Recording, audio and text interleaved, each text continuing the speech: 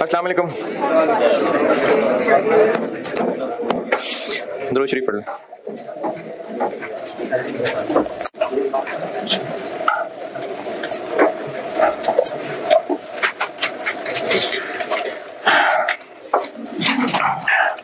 एक सवाल किया था कल क्लास में, कोई इसमें एतराज परेशानी?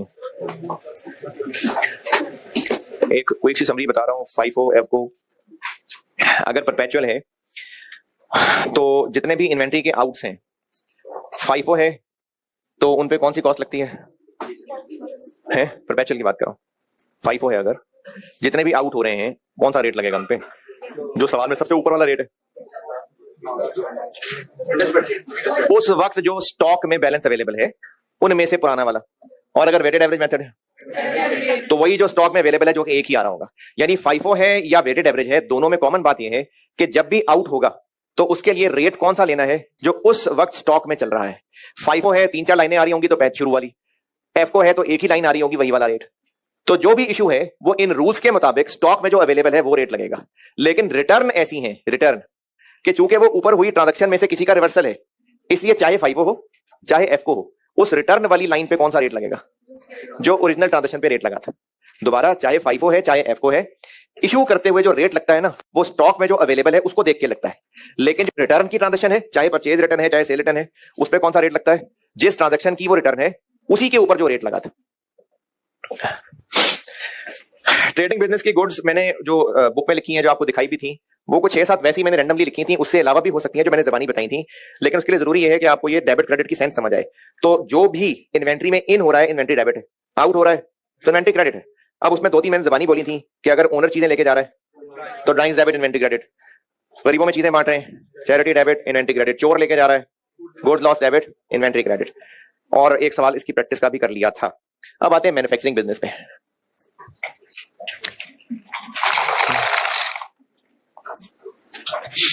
मैन्युफैक्चरिंग बिजनेस में पहले रॉ मटेरियल की बात करते हैं।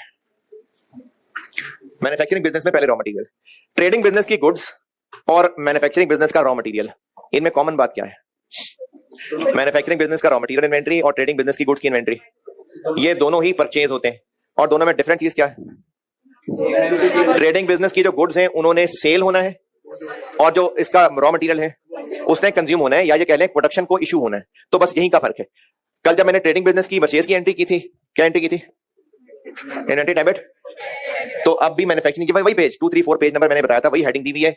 मैंने कल हेडिंग दी थी जनरल एंट्रीज, उसमें फिर कहा था बुक में आ जाए पेज 2-3-4, वहीं पर ही हूं मैं। ट्रेडिंग बिजनेस की बता दी, रॉ मटेरियल पे आया हूं, और रॉ मटेरियल में पहले मैन्युफैक्चरिंग पे आया हूं और उसमें पहले रॉ मटेरियल बता रहा हूं। जैसे ट्रेडिंग बिजनेस में परचेज की एंट्री थी, इन्वेंट्री डेबिट, कैश क्रेडिट, ये भी वही की है। बस ये साथ क्यों लगा दिया? क्योंकि मैन्युफैक्चरिंग में ना एक से ज्यादा तरह की चीजें हैं, इसलिए साथ कह दिया कि रॉ मटेरियल इन्वेंट्री, और वापस कर देंगे तो बस ये रिवर्स होगा। ठीक है, परचेज। अच्छा, तीसरी एंट्री वहां क्या की थी? अच्छा, वहां सेल की गुड्स थी ना, सेल हो रही है। रॉ मटेरियल क्या होगा? कंज्यूम होगा। अच्छा, अब ये जो मैंने कंज्यूम की एंट्री की हुई है, ये बस फिलहाल याद कर लें, अभी समझने के लिए आप अभी छोटे हैं, ये चीजें हमने अगले चैप्टर में पढ़नी है, इसलिए बस सिर्फ इसको रटा लगा लें। जब मटेरियल प्रोडक्शन को इशू होगा, स्टोर से मटेरियल निकलेगा तो ये इन्वेंट्री क्रेडिट। अगर वो जो मटेरियल प्रोडक्शन को इशू हो रहा है वो डायरेक्ट मटेरियल है तो work in process inventory debit, और अगर इनडायरेक्ट मटेरियल है तो FOH कंट्रोल। क्यों है ऐसा? ये वर्क इन प्रोसेस इन्वेंट्री क्या है, FOH कंट्रोल क्या है, ये अगले चैप्टर्स में आएगा। अभी फिलहाल बस ऐसे ही इस एंट्री को याद कर लें। और एक बात लिख लें अपनी बुक के ऊपर ही कि सवाल के अंदर अगर नहीं बताया कि जो मटेरियल इशू हो रहा है वो डायरेक्ट है कि इनडायरेक्ट है, तो बाय डिफॉल्ट डायरेक्ट है। मटेरियल का ही सवाल है और उसी की ट्रांजेक्शन बताइए, तो बाय डिफॉल्ट वो डायरेक्ट मटेरियल। क्योंकि बात क्या होता है कि ये डायरेक्ट का ना वर्ड नहीं बोलते, तो मटेरियल, लेबर, ओवरहेड्स, तो मटेरियल मतलब डायरेक्ट मटेरियल। तो इसलिए मटेरियल का सवाल है और उसमें नहीं पता कि डायरेक्ट है कि इनडायरेक्ट है, तो बाय डिफॉल्ट वो डायरेक्ट ही है। तो कल वाली एंट्री से मैं रिलेट करके बता रहा हूं, परचेज की वही जो कल बताई थी वैसे ही है, बस कल वहां पर सेल्स थी, उसकी जगह पर अब ये इशू टू प्रोडक्शन है। एंट्री क्या होगी? रॉ मटेरियल इन्वेंट्री क्रेडिट हो जाएगी। क्यों क्रेडिट हो जाएगी? क्योंकि स्टोर से निकाल रहे हैं। और अगर वो प्रोडक्शन में जा रहा है डायरेक्ट मटेरियल के तौर पे तो work in process inventory debit, और अगर इनडायरेक्ट के तौर पे तो FOH कंट्रोल डेबिट। और अगर शाम को मशीनें बंद करते हुए जो फालतू रह गया था वो स्टोर में वापस भेज दिया तो रिवर्स। उसके बाद ये वही वाली एंट्रीज हैं जो मैंने कल की थी। मटेरियल खराब हो गया, बेच दिया, कैश डेबिट। मटेरियल खराब हो गया, साइड पे रख दिया, डैमेज इन्वेंट्री डेबिट। हाँ, यहां पर अभी एक डिफरेंट काम ये किया है, ये FOH कंट्रोल या फिर P&L, ये करता हूं मैं भी एक्सप्लेन। और एनआरबी राइट डाउन, ये भी वही चीज है जो कल बताई थी, बस उसका डेबिट मैंने कॉस्ट ऑफ सेल्स में दिया था, इसका डेबिट मैंने एफओएच कंट्रोल में दिया। ये एफओएच कंट्रोल क्या होता है, वर्क इन प्रोसेस इन्वेंटरी क्या होता है, ये हमने अगले चैप्टर में पढ़ना है, तो सिर्फ ये नामों का फर्क है, थोड़ा सा ये याद कर लें। तो बाकी वही एंट्री जो कल मैंने लिखी थी वही एंट्रीज आज मैंने मैन्युफैक्चरिंग के रॉ मटेरियल के तौर पे बता दी। ये वाली बात मैं भी समझाता हूं कि एफओएच कंट्रोल स्लैश P&L ये क्या है, ये है या ये मैं भी समझाता हूं। रॉ मटेरियल यही है। अच्छा, ट्रेडिंग बिजनेस की फिनिश गुड में क्या कर रहे थे, खरीद रहे थे और सेल कर रहे थे। मैन्युफैक्चरिंग बिजनेस की फिनिश गुड में क्या होगा, सब कुछ वही होगा, सिर्फ फर्क क्या है कि वो गुड्स खरीदने की बजाय बना रहे होंगे। तो जैसे मैंने ट्रेडिंग बिजनेस में पहली एंट्री लिख के दी थी कि खरीदी है, तो मैन्युफैक्चरिंग बिजनेस में बनाई है। नहीं, पेज 3 पे है शायद, बनाई है। तो बनने से जस्ट पहले वो क्या थी, वर्क इन प्रोसेस। जब बन जाएंगी तो work in process inventory credit, finish goods inventory debit. और ये लिख लें बुक के ऊपर, इसकी अमाउंट क्या होगी, cost of goods manufactured, cost of goods manufactured. Trading business में जैसे मैंने पहले परचेज की एंट्री की थी, यहां परचेज की बजाय मैन्युफैक्चरिंग की होगी, तो फिनिश गुड्स इन्वेंटरी बन गई वर्क इन प्रोसेस से, तो work in process inventory credit, finish goods inventory debit. अच्छा, जैसे यहां ट्रेडिंग बिजनेस में गुड्स में परचेज के उलट परचेज रिटर्न थी, तो यहां पर मैंने नहीं लिखा ऐसा कुछ। अब ये बन गई, अनबन थोड़ी हो जाएंगे, तो बन गई तो बन गई, तो इसलिए इसमें वो रिटर्न वाली चीज नहीं लिखी। बाकी आप देखें सेम लिखी है, बाकी एंट्री देख लें, मैंने सेम ट्रेडिंग बिजनेस वाली लिखी है, बाकी सेम ट्रेडिंग बिजनेस वाली लिखी हुई है, क्योंकि गुड्स गुड्स हैं, चाहे ट्रेडिंग बिजनेस हो चाहे मैन्युफैक्चरिंग बिजनेस हो, गुड्स सेल करेंगे वही वाली एंट्री है। सेल रिटर्न वही जो कल बताई थी, गुड्स लॉस्ट हो जाएंगी, जल जाएंगी, फेंक देंगे, सब वही वाला काम किया हुआ। तो वही जो मैंने कल ट्रेडिंग बिजनेस की एंट्रीज बताई थी, मैन्युफैक्चरिंग बिजनेस में फिनिश गुड्स की वही सारी एंट्रीज हैं, सिर्फ जो ट्रेडिंग बिजनेस था उसमें परचेज हो रही थी, यहां पर बन रही है। वहां पर परचेज करके ला रहे थे तो इन्वेंटरी डेबिट और कैश क्रेडिट हो रहा था, यहां पर बन रही है तो फिनिश गुड्स इन्वेंटरी डेबिट और work in process inventory credit, बाकी सब वही ट्रांजैक्शन है। तो रॉ मटेरियल की भी सारी वही एंट्री थी, फर्क ये पड़ रहा है कि जहां वो सेल हो रही होती थी, इशू टू प्रोडक्शन है, और ट्रेडिंग बिजनेस की गुड्स और मैन्युफैक्चरिंग बिजनेस की गुड्स सब कॉमन है। डिफरेंस क्या है, ट्रेडिंग बिजनेस की गुड्स और मैन्युफैक्चरिंग बिजनेस की गुड्स वो खरीदते हैं, इन्वेंटरी डेबिट कैश क्रेडिट ये बनती है, फिनिश गुड्स इन्वेंटरी डेबिट और raw material sorry work in process inventory credit, बाकी बिल्कुल सेम लिखी, मैंने दोबारा कॉपी कर दी। अच्छा, अब इन एंट्रीज में ये यहां जो मैंने चीज लिखी थी, ये एफओएच स्लैश P&L, तो एफओएच कब और P&L कब ये बताता हूं। अब लाइट वीडियो ऑन कर दो।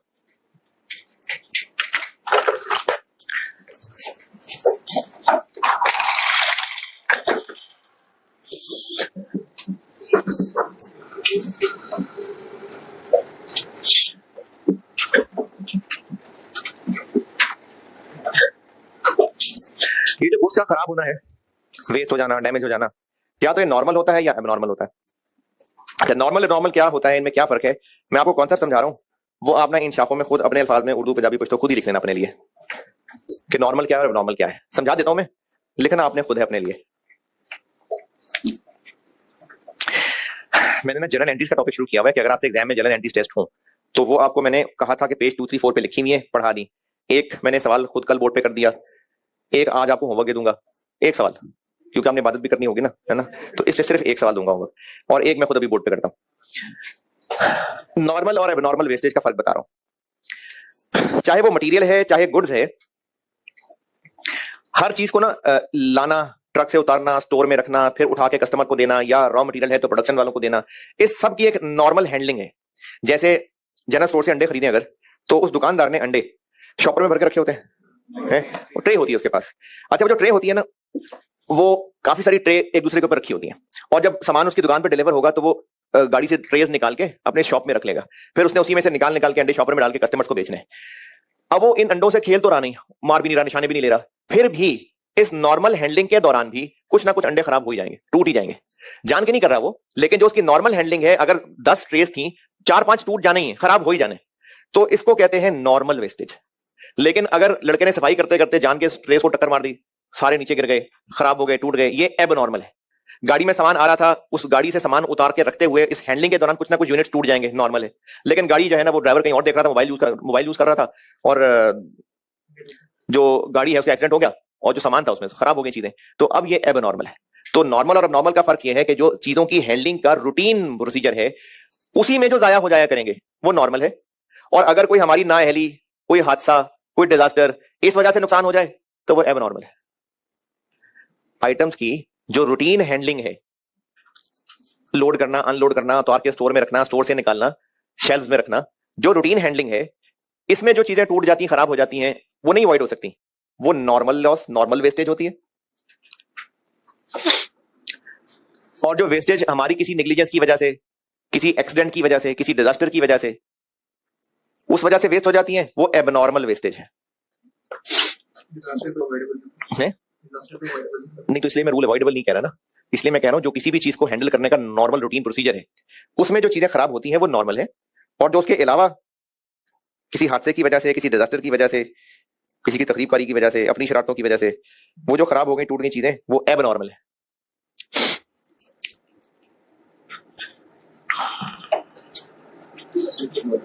जी, डिजास्टर से जाए होनी, वो भी एबनॉर्मल है।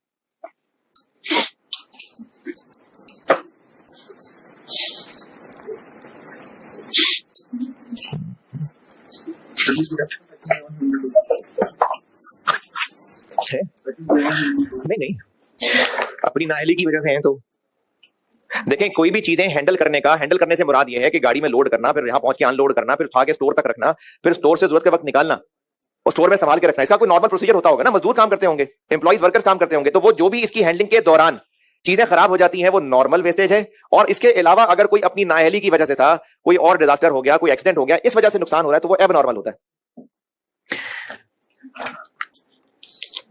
ये जो एनआरवी राइट डाउन होता है ना, ये जनरली नॉर्मल ही कंसिडर होता है।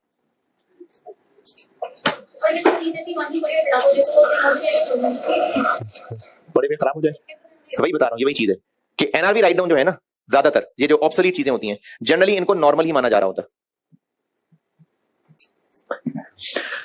ऑब्सोलीट से मुराद आप समझ लें कि रैक में चीजें पड़ी हुई थी, जो नीचे पड़ी हुई थी वो दब लग लग के, कोने लग लग के वो थोड़ी खराब होनी शुरू हो गई। जूते पड़े हुए थे, बिक नहीं देते, पुराने पुराने, वो ओल्ड फैशन हो गए। तो इस तरह की चीजें जो ऑब्सोलीट होती हैं, तो इनमें जो राइट डाउन करना पड़ता है एनआरवी की वजह से, उसको जनरली नॉर्मल ही लिया जाता है। अच्छा, अब ये है तो वेस्टेज, एक नुकसान है, एक एक्सपेंस है। तो अगर ये एक एक्सपेंस है तो इसको कहीं ना कहीं डेबिट भी करना है। तो अब डेबिट कहां करना है?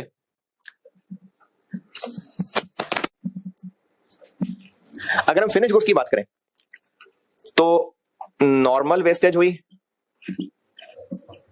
तो इसका डेबिट जाएगा कॉस्ट ऑफ सेल्स को, और अगर एबनॉर्मल वेस्टेज हुई तो इसका डेबिट जाएगा पीएनएल को। कल वाली एंट्री देखें, मैंने एनआरवी राइट डाउन डेबिट क्या किया था? Cost of sales. तो वो नॉर्मल मानी जाती है, तो मैंने कॉस्ट ऑफ सेल्स डेबिट किया था। फिर वो जो कल सवाल कराते हुए गुड्स गायब हो गई थी, मिसिंग गुड्स लॉस, मैंने डेबिट किया था, मतलब वो पीएनएल, गुड्स लॉस्ट।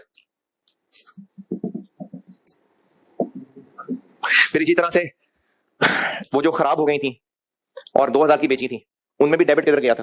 पीएनएल किया था। तो गुड्स के लिए अगर वेस्टेज नॉर्मल है तो उसका डेबिट इधर जाएगा, एब नॉर्मल है तो डेबिट इधर जाएगा।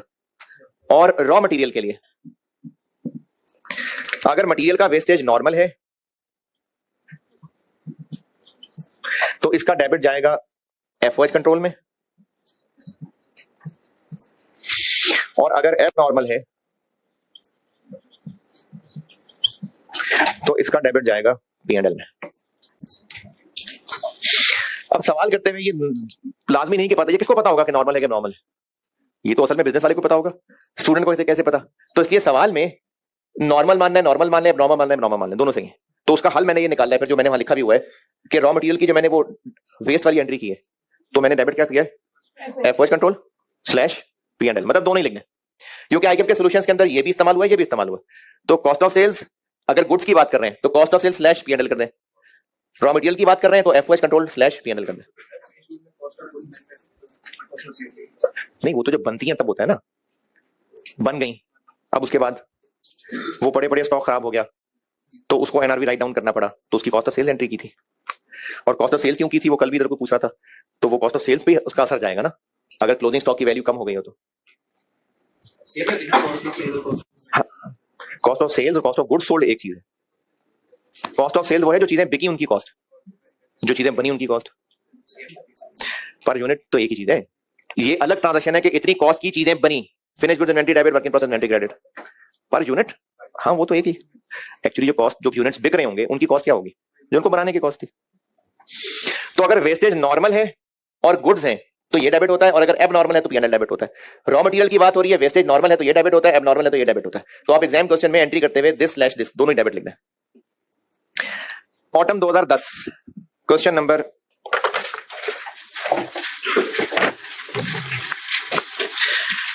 पेज नंबर 11 पे आए, page number 11 question number 5 quality limited, page number 5 quality limited. पहुंचे? चले पढ़ लें। नहीं, मैंने कहा था कि ये बताऊंगा कि एफओएच कंट्रोल डेबिट करना है कि पीएनएल डेबिट करना है। एफओएच कंट्रोल क्या होता है वो अगले चैप्टर में है। Page number 11 question number 5 quality limited, ये पास पेपर का ऑटम 2010 अटेम्प्ट का सवाल है। क्वालिटी लिमिटेड, पढ़ लें सवाल।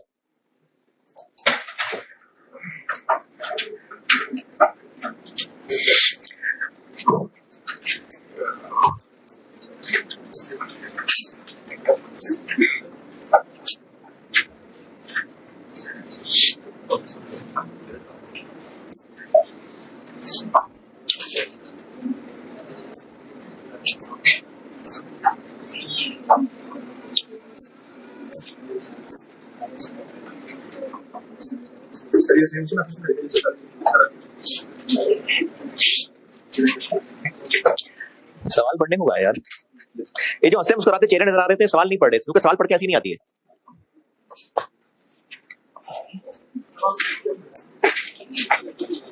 सवाल पढ़ ले भाई, सबसे कह रहा हूं, सारे मूंछों वाले भी बगैर मूंछों वाले भी, सबसे कह रहा हूं।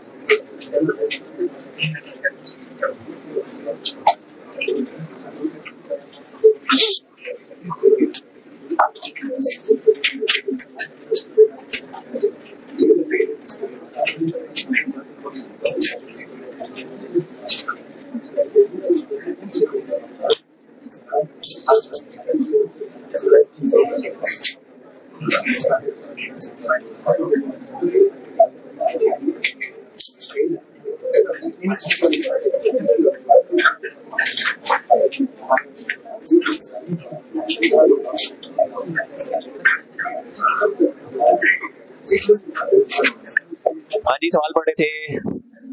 अच्छा, अगर वाकई पढ़ा है तो आपको ये अंदाजा हो जाएगा कि इसी सवाल को एग्जामिनर ने थोड़ा बहुत आगे पीछे करके कल वाला सवाल बनाया था। ये ऑटम 10 का सवाल था, जो कल किया था वो स्प्रिंग 21 का सवाल था। इसी सवाल को उसने फिनिश गुड बनाया ट्रेडिंग का और सवाल बना दिया। तकरीबन सब वैसी सी बातें। अच्छा, अब ये कैसे पता मैन्युफैक्चरिंग बिजनेस का सवाल ये कैसे पता कि मटेरियल का सवाल है कि फिनिश गुड का सवाल है? The following information pertains to a raw material SRM। अब ये सारी चीजें जो है ये उस रॉ मटेरियल के हवाले से हो रही हैं, और ये सब बिल्कुल वही पॉइंट्स हैं, तकरीबन सारे वही हैं, कुछ डिफरेंट हैं लेकिन मेजॉरिटी वही है। तो ये आप लोगों का होमवर्क है, ये सवाल आप कर रहे हैं। अच्छा यार देखें, क्लास वर्क तो मैं ही कर रहा होता हूँ ना, तो आपकी असल लर्निंग तब है जब आप होमवर्क किया करेंगे। होमवर्क बहुत जरूरी होता है, होमवर्क करेंगे। और होमवर्क भी ना ये नहीं है कि ये सवाल पढ़ा, अच्छा हाँ सही हुआ है, मैंने राय नहीं मांगी आपसे कि सही हुआ है कि नहीं हुआ। सवाल खुद सॉल्व किया करें और सारा का सारा लिख के सॉल्व किया करें, और पूरा सॉल्व कर लेने के बाद फिर सोल्यूशन देखा करें। एक एक पॉइंट पे फंसे और उसको सोल्यूशन देख ले तो उसका नहीं होगा फायदा। तो आप जब तक होमवर्क बेटे नहीं करेंगे ना तो उससे नहीं होना फायदा। आपको होमवर्क है, टेस्ट है, ये आपको पता ही तब चलेगा कि आपको आया है कि नहीं आया जब आप खुद सॉल्व करेंगे। बोर्ड पे मैं कर रहा होता हूं, मैं समझा रहा होता हूं, और उस सवाल की जो भी डायरेक्शन है वो मैं खुद बता रहा होता हूं। मैं बताता हूं कि इसमें से कौन सी चीज का क्या मतलब निकल रहा है, वो तो मैं बता रहा हूं, आप हाँ करते रहेंगे। असल तो है जब आप दिमाग इस्तेमाल करके खुद फैसला करेंगे। तो होमवर्क करना होता है जरूरी, कॉर्स में बहुत जरूरी है होमवर्क। तो ये सवाल होमवर्क करके आइएगा, करके आइएगा। चले एक सवाल मैं करता हूं बोर्ड पे, ऑटम 21 पढ़ने करता हूं मैं बोर्ड पे। अब बड़ा अच्छा सवाल था, ऑटम 21 पेज 10 क्वेश्चन 1, पेज 10 पे क्वेश्चन 1, ये ऑटम 2021 का सवाल है। अच्छा सवाल है, ध्यान से पढ़िएगा, अच्छा सवाल है, मैं करता हूं बोर्ड पे। अच्छा पूरा उम्मीद तो है कर दूंगा पूरा, लेकिन अगर ना भी हो सका तो ये होमवर्क नहीं, ये मैं ही करूंगा कल, वैसे इंशाल्लाह कर दूंगा पूरा, कोशिश करूंगा। पढ़ लीजिए, मैं करता हूं बोर्ड पे।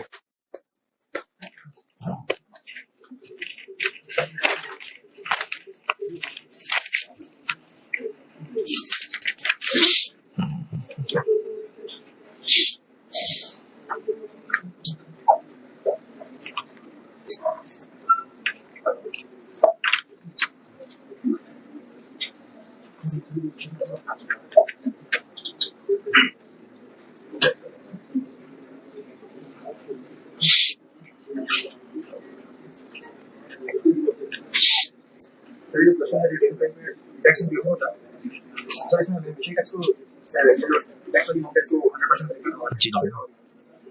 नहीं, अगर उसने कहा है कि सेल टैक्स इंक्लूडेड है तो क्योंकि हमारी सेल तो वही है ना, सेल्स टैक्स हम गवर्नमेंट के लिए ले रहे हैं और आगे है नहीं ना ये चीज, इन्वेंट्री रिफंडेबल अगर हो। अच्छा, अब ये तो बेचते हुए है ना, ये तो है ही है, ये तो है ही गवर्नमेंट के लिए पैसे, इसको तो निकालना ही निकालना है।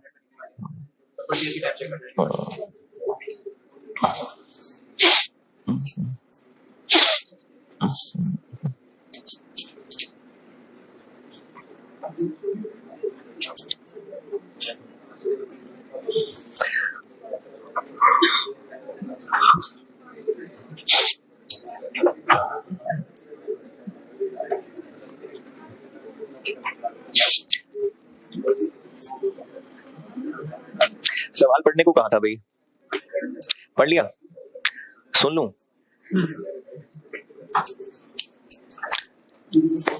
ये वो ग्रीन सी शर्ट, हाँ कितने प्रोडक्ट्स हैं सवाल में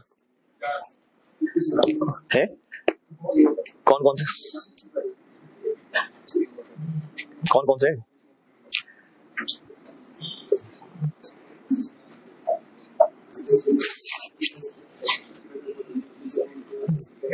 शुक्रिया बेटा, सवाल क्या था तो पढ़ा करो ना यार। जिन दोस्तों के साथ गप्पे मारने में आप लोग बिजी रहते हैं, फर्ज करें वो पास हो गए और आप फेल हो गए हैं, जो इकट्ठे बैठ के आप लोग खेल कूद करके पढ़ाई जाया कर रहे होते हैं, जस्ट इमेजिन कि वो पास हो जाता और आप फेल हो जाते, कितनी गालियां देंगे अपने दोस्त? और ऐसा होगा।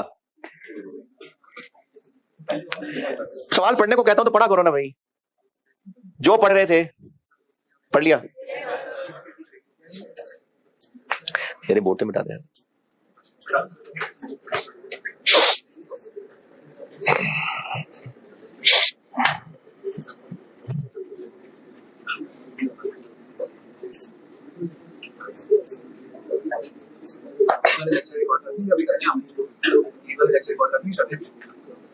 बाद वाले पहले कैसे कर सकता हूँ यार, उसके बाद ही होगी ना क्लास। सवाल पढ़ लिया?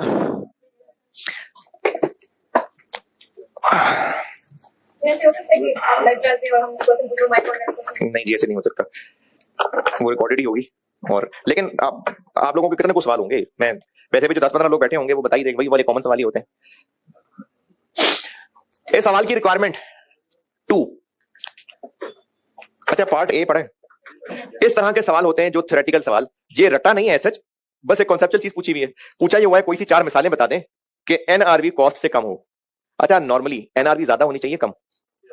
ज्यादा ना, प्रॉफिट कमाने बैठे ना भी, ज्यादा होनी चाहिए, लेकिन किसी वजह से हो सकता है कम हो, तो वो कह रहे हैं कि 4 ऐसी वजह बता दें, तो क्या क्या हो सकता है?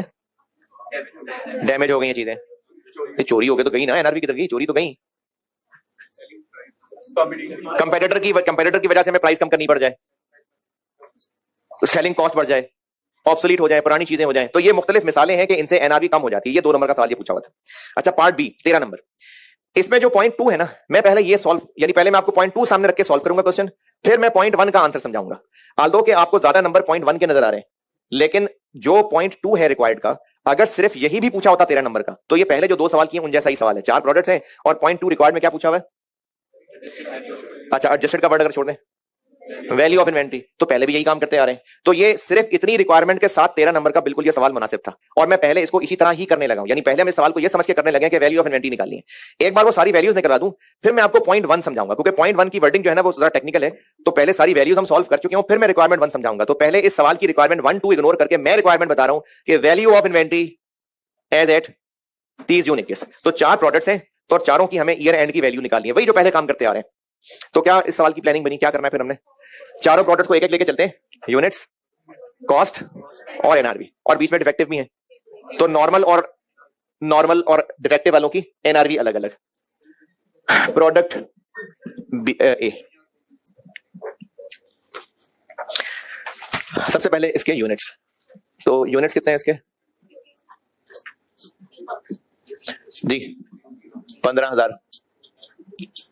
तो इनमें डिफेक्टिव भी है कोई, या ये नॉर्मल वाले थे 15,000? ये टोटल है, फिर डिफेक्टिव इनमें इंक्लूडेड है। डिफेक्टिव कितने? तो फिर नॉर्मल 1 2 12,600। ये 12,600 और ये 2,400, ये टेबल से ना किसी को समझ आया? सवाल पड़ा है ना बेटे? मैंने प्रोडक्ट ए सॉल्व करना शुरू किया है। Trading business, manufacturing business? Manufacturing business है। और गुड्स या रॉ मटेरियल? किसका सवाल है? फिनिश गुड्स का सवाल है, रॉ मटेरियल का सवाल? फिनिश गुड्स का सवाल है। The information related to its inventory of each product. तो ये मैन्युफैक्चरिंग बिजनेस के फिनिश गुड्स का सवाल है। जाग रहे हैं?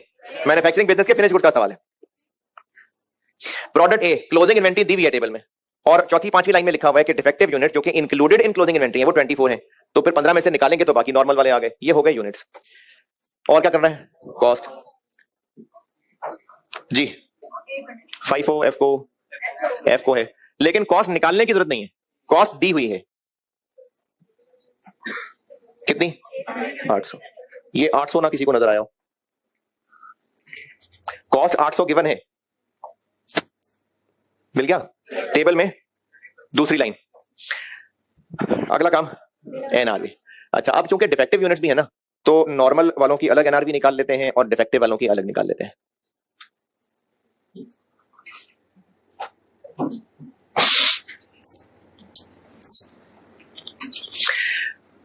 रिटेल प्राइस यानी sale price, retail price sale price होती है। तो जो सेल प्राइस है उसमें सेल्स टैक्स शामिल है। तो हम जब कस्टमर को चीजें बेच रहे होंगे और गवर्नमेंट के कहने पे हम सेल टैक्स शामिल कर रहे हैं, तो हमारी सेल्स कौन सी है? जो सेल टैक्स के बगैर है। तो ये जो आपको रिटेल प्राइस यानी सेल प्राइस दी हुई है, ये सेल्स टैक्स शामिल वाली है बगैर वाली? तो बगैर वाली करें कैसे? इसमें 10% सेल्स टैक्स इंक्लूसिव है।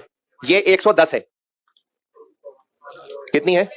11144। इसको कर लेते हैं 100, ये 1110 है। 1040। कॉस्ट टू सेल है कोई? कितनी? 80। तो नॉर्मल वालों की एनआरवी आ गई 960।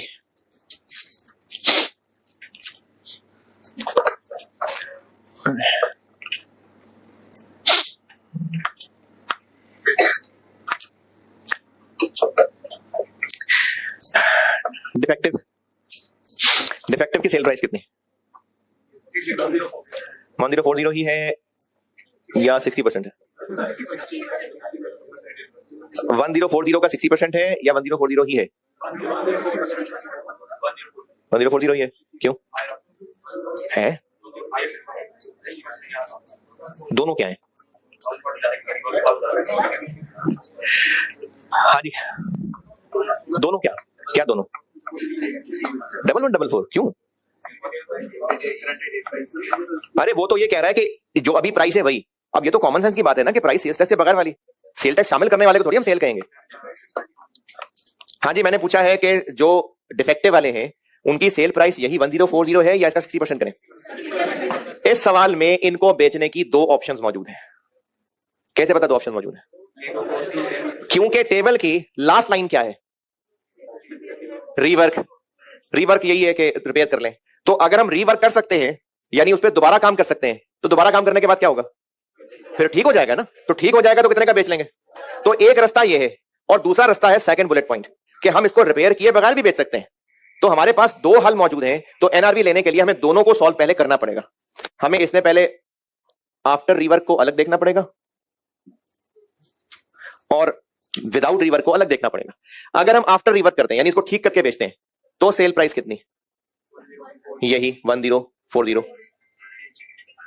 अच्छा, किसी को लगता हो कि इसमें लिखा हुआ है कि रिटेल प्राइस, तो रिटेल प्राइस तो 1144 है। तो अब ये कॉमन सेंस की बात है कि हम अपनी सेल्स की बात कर रहे हैं, चल रहा है ना? हम अपनी सेल्स की बात कर रहे हैं तो सेल टैक्स मिली हुई अमाउंट को थोड़ी सेल्स कहेंगे। तो ये 1040, लेकिन 1040 तक पहुंचाने के लिए इसको रिपेयर भी करना पड़ेगा। कितना? 260। और जब ठीक कर लेंगे तो कॉस्ट टू सेल भी करना पड़ेगा 80। तो इस रास्ते से अगर चलेंगे तो इसकी एनआरवी नजर आ रही है 700। और एक और हल ये है कि हम इसको विदाउट रीवर्क बेच के देखें। अगर विदाउट रीवर्क बेचते हैं तो कितने का बेच लेंगे? कैसे? 1040 का 60%, 620 माइनस कुछ भी नहीं। सेकंड बुलेट पॉइंट की वर्डिंग पढ़े ध्यान से, without incurring any rework and selling cost. तो सेलिंग कॉस्ट भी नहीं होगी इससे।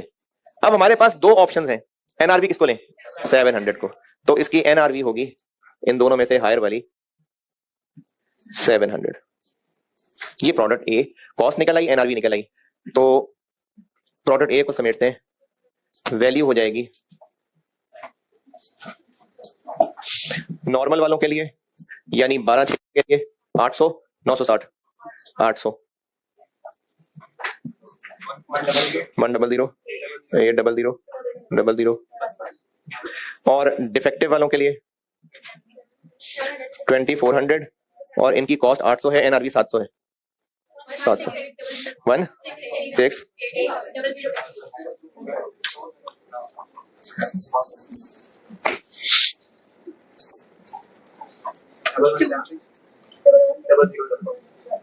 ये ए है।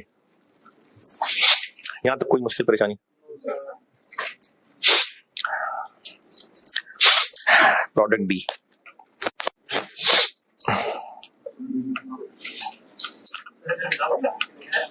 क्या जी?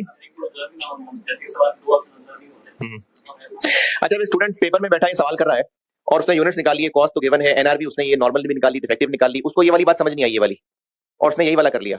तो क्या 0 नंबर मिलेंगे? नहीं।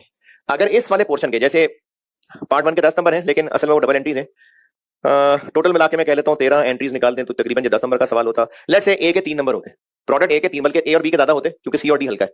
चलो 4 नंबर होते इसके, तो 4 नंबर में से अगर स्टूडेंट इसको भूल जाता और यही सॉल्व कर लेता तो उसकी एनआरवी गलत आती, एनआरवी गलत आती तो उसकी वैल्यू गलत आती। तो 0 नंबर नहीं है। एनआरवी ये दोनों चीजें कैलकुलेट करने के शायद 2 नंबर थे, तो उनमें से 1 नंबर कट जाएगा और आपने जितना काम किया होगा उसके मुताबिक तो सही लोअर लेके एनआरवी वैल्यू निकाली होगी ना, उसके मिलेंगे नंबर। तो इसलिए स्टेप्स के नंबर होते हैं और जो गलती हो जाए उस स्टेप के नंबर कट गए। अब वो गलती आगे जहां जहां भी जाएगी बार बार नहीं मार पड़ेगी उस पर, बार बार नहीं नंबर कटते। क्या देखें, अगर आपको इसमें आपको एनआरवी समझ नहीं आ रही थी, बस आपने एनआरवी एम ही बस 500 रुपए रख ली, एम कुछ समझ नहीं, आपने कहा एज्यूम करो एनआरवी 500 है, तो एनआरवी कैलकुलेट करने के नंबर गए। लेकिन जब ये आपने सॉल्व किया होगा कि इनके लिए कॉस्ट और इनके लिए एनआरवी, तो उसके नंबर मिले होंगे। प्रोडक्ट ए में कोई सवाल? प्रोडक्ट बी, ये बता दो।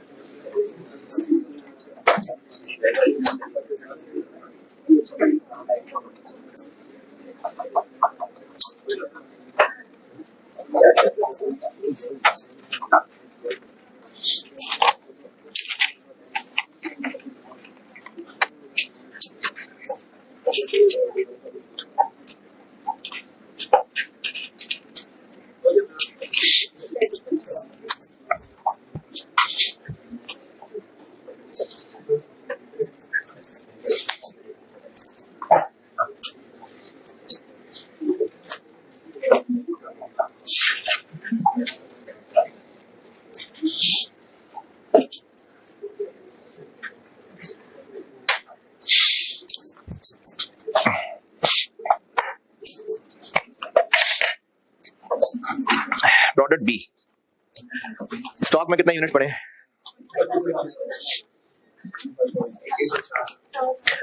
25,000। डिफेक्टिव कितने? तो फिर नॉर्मल हो गए 21।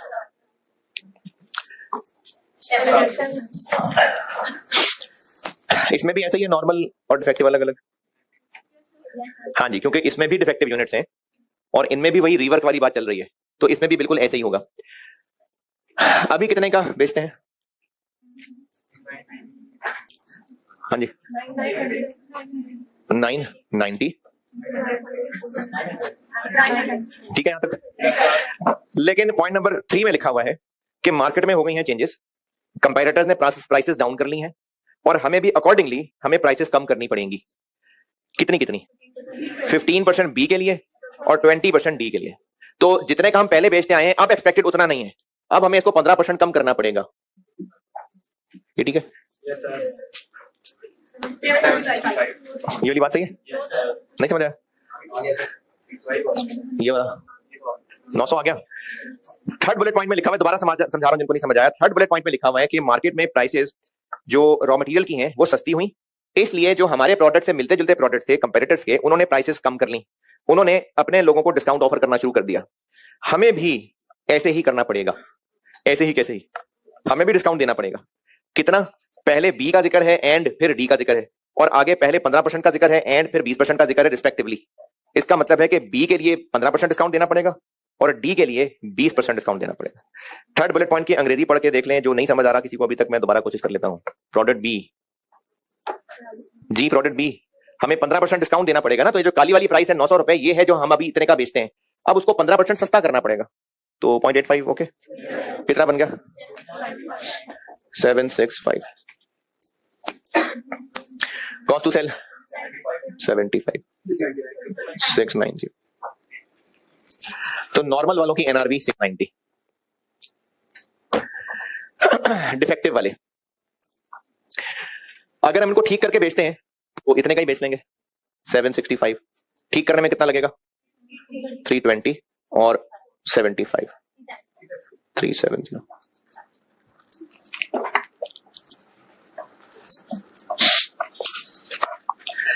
और अगर ठीक किए बगैर बेचें तो 60%, 765 का 60%, 459। तो इनमें से एनआरवी आ जाएगी 459। इसमें बताएं जी, क्या नहीं समझ आई बात? क्या जी? हाँ जी ठीक है, शाबाश। क्यों लगा ऐसा?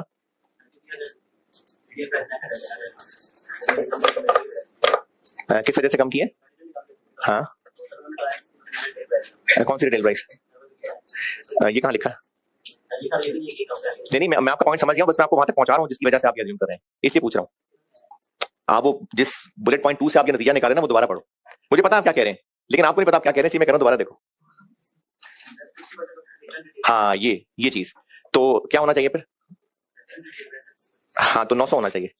900 का 60%, क्या ठीक है? हाँ बिल्कुल, शाबाश। देखिए यहां पर लिखा हुआ है सेकंड बुलेट पॉइंट में कि करंट प्राइस का 60%। करंट प्राइस मतलब जो उस वक्त मार्केट में हो, तो अब 900 तो रहेगी नहीं, तो डिस्काउंट आ गया ना, अब तो 900 नहीं रहेगी। इसको कुछ स्टूडेंट ऐसा भी सोच सकते हैं कि करंट, वो कह रहे हैं करंट मतलब जो अभी चल रही है 900, तो अब तो प्राइस ही चेंज हो जानी है। तो जब प्राइस ही चेंज हो जानी है तो खराब चीजें भी तो सस्ती होनी है, तो इसलिए उसी का 765 का 60%। तो इनमें से एनआरवी हो गई 459। तो जो नॉर्मल वाले यूनिट्स हैं 21,000, इनकी एनआरवी और कॉस्ट में से एनआरवी कम है, और डैमेज वालों की कॉस्ट और एनआरवी में से एनआरवी कम है।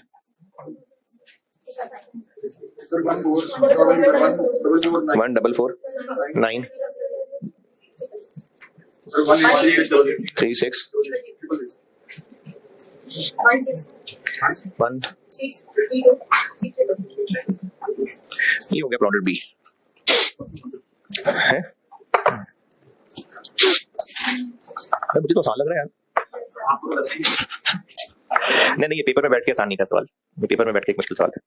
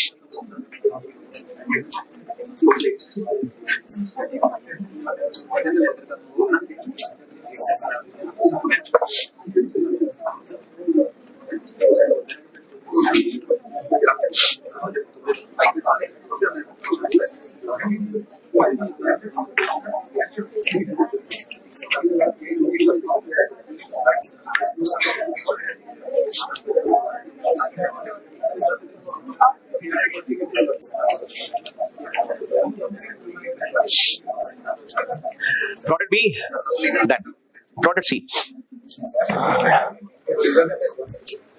ये बता दो।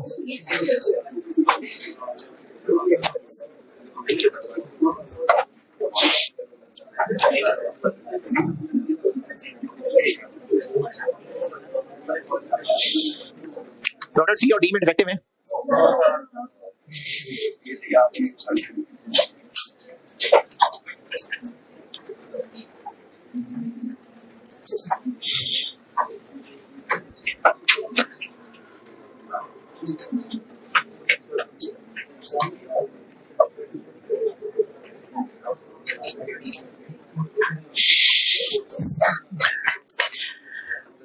अच्छा सी में एरर है वो कल बताऊंगा, डी बताता हूं, बाकी कल पूरा मैं करूंगा इसको। डी करते हैं पहले, डी आसान सा, पहले डी कर लेते हैं, बाकी सी और रिक्वायरमेंट का 1 ये मैं इंशाल्लाह कल पूरा करता हूं। प्रोडक्ट डी कर रहा हूं पहले। प्रोडक्ट डी कितने यूनिट्स पड़े हैं? 8000। और ये जो 8000 यूनिट्स हैं ये सही है सारे। कॉस्ट कितनी इनकी? 1275। अभी इनकी सेल प्राइस ऊपर क्या आ रही है? 19 100 बाय 110। और ये जो अभी तीसरा बुलेट पॉइंट पड़ा था, ये बी और डी दोनों की बात हो रही थी, तो डी पे हमें डिस्काउंट देना पड़ेगा।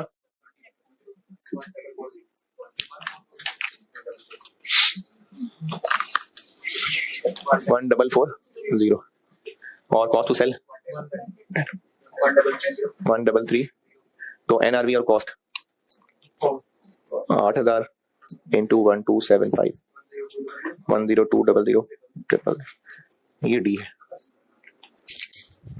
चलें सी भी कर लेते हैं, खैर ये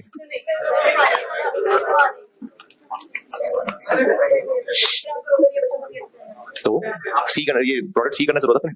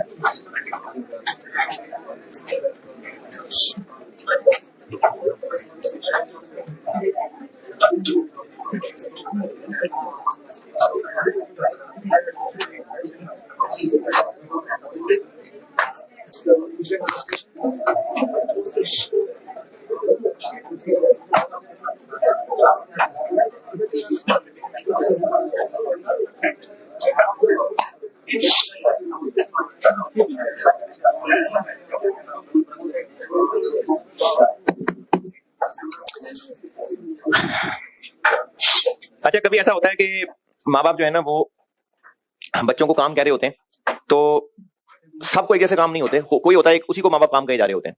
अच्छा अब उसको लग रहा होता है कि मेरी ही किस्मत खराब है और मुझे ही काम कहते हैं सारे। अब इसकी दूसरी साइड ये है कि अम्मी अब्बू क्यों उसी को काम कह रहे होते हैं? क्योंकि वो अच्छे तरीके से काम करता है, और जिसको काम नहीं कह रहे होते हैं वो जो है वो हराम है, वो नियत से काम नहीं करता, या काम करेगा तो मुंह ऐसे बनाएगा कि माँ बाप को दोबारा काम करने का दिल नहीं करेगा। अच्छा कुदरती बात ये, सीरियस बात समझा रहा हूँ, जाने चले जाए नहीं तो सीरियस बात समझा रहा हूँ।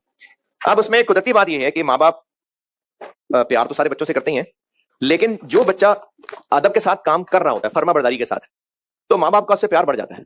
और जहां भी कहीं शायद मौका मिलेगा तो माँ बाप चाहेंगे कि इसके लिए ज्यादा कोई फायदा हो। कुदरती बात है, मतलब माँ बाप की जब वो बहुत खिदमत के साथ, फर्मा बरदारी के साथ उनकी बात मान रहा है, तो फिर माँ बाप ज्यादातर काम उसी को कह रहे हैं। जिसको काम नहीं कह रहे हैं उसको ये शिकायत करनी चाहिए कि मुझे क्या, वो खुद ही नहीं मुझे काम कह रहे, मेरी ऐसी चल रही है बस, ठीक है। अगर वाकई कोई समझदार इंसान हो, सिंसियर इंसान हो, तो उसको इस बात पे खुश होना चाहिए कि अम्मी अब्बू मुझे काम नहीं कह रहे तो बस ठीक है, नहीं कह रहे, मुझे कहते तो मैं कर देता, नहीं कह रहे तो अच्छी बात है, नहीं कह रहे हैं। अगर नहीं कह रहे तो कोई मसला है, या तो वो मुझसे नाराज है, या मेरे काम करने में ही कोई ऐसी खराबी थी कि उन्होंने तौबा कर ली, कहते उसको काम नहीं कहना। तो ये दोनों बातें जो है ना, या तो मुझसे वो नाराज है, या मैंने काम करना ही इतने बुरे तरीके से किया था कि उन्होंने सोचा दोबारा उसको कहना ही नहीं है। तो अगर माँ बाप काम नहीं कह रहे हैं तो ये कोई ऐशी वाली बात नहीं है, ये शर्म वाली बात है। इस पे जो अच्छा बच्चा होगा ना उसको फिक्र करनी पड़ेगी कि क्यों मुझे काम नहीं कह रहे, मुझे क्यों नहीं कह रहे, मेरे से गलती हुई है तो माफ कर दे। मुस्लिम इब्ने हिबान 341 सैयदना अनस बिन मालिक रज़ियल्लाहु अन्हु से रिवायत है कि नबी अकरम सल्लल्लाहु अलैहि वसल्लम ने फरमाया, अल्लाह ताला जब किसी बंदे के लिए खैर चाहते हैं तो उससे काम लेते हैं। पूछा क्या, किस तरह काम लेते हैं अल्लाह के रसूल सल्लल्लाहु अलैहि वसल्लम? आप सल्लल्लाहु अलैहि वसल्लम ने फरमाया, मौत से पहले उसको नेक अमल करने की तौफीक अता फरमाते हैं। तो अगर हमसे नेक काम नहीं हो रहे हैं तो ये सोचने वाली बात है कि या तो अल्लाह नाराज हुए में, या फिर कभी को नेक काम किए भी थे तो वो इतने बुरे तरीके से किए थे कि उनकी वैल्यू गिर गई हुई थी। तो अगर इसी इंसान को नेकी की तौफीक नहीं मिल रही, यानी वो उसकी जिंदगी में नेकियां नहीं हो रही हैं, तो ये फिक्र वाली बात है कि गड़बड़ हो गई कोई बहुत ज्यादा। यानी अगर कोई नमाज नहीं पढ़ रहा तो ये उसकी चॉइस नहीं है कि वो नमाज नहीं पढ़ा। उसको ये सोचना चाहिए कि मुझसे ऐसा क्या बड़ा मसला हो गया है कि मुझे नमाज की तौफीक नहीं मिल रही है। यकीनन कोई ऐसा और बड़ा मसला हुआ है कि उसे नमाज की तौफीक छिन गई है। अगर किसी वजह से वो कोई और नेकी था वो जो नहीं कर पा रहा, तो उसको ये सोचना चाहिए कि मुझसे कोई और बड़ी हरकत ऐसी हुई है जिससे मुझे इस नेकी की तौफीक छिन गई है। तो अल्लाह ताला जब किसी के साथ खैर चाहते हैं ना तो उससे काम लेते हैं। तो जो लोग नेकियों के काम में इन्वॉल्व हैं तो एक निशानी ही ये कि वो काम कबूल हो रहा है कि बार बार मौके मिल रहे हैं, बार बार नेकियों के मौके मिल रहे हैं। कल मुलाकात होगी इंशाल्लाह।